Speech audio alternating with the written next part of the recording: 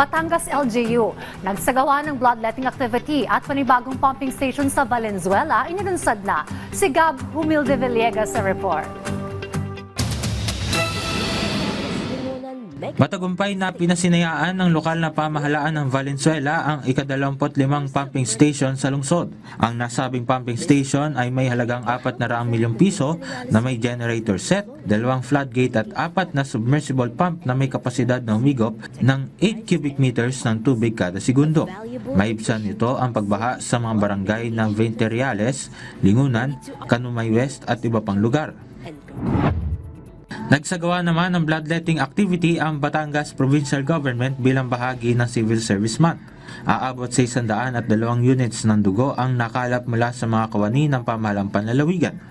Ang aktibidad ay paraan ng mga empleyado na ipakita ang malasakit at pakikiisa sa mga nangangailangan ng dugo. Gab Humilde Villegas para sa Pambansang TV sa Bagong Pilipinas.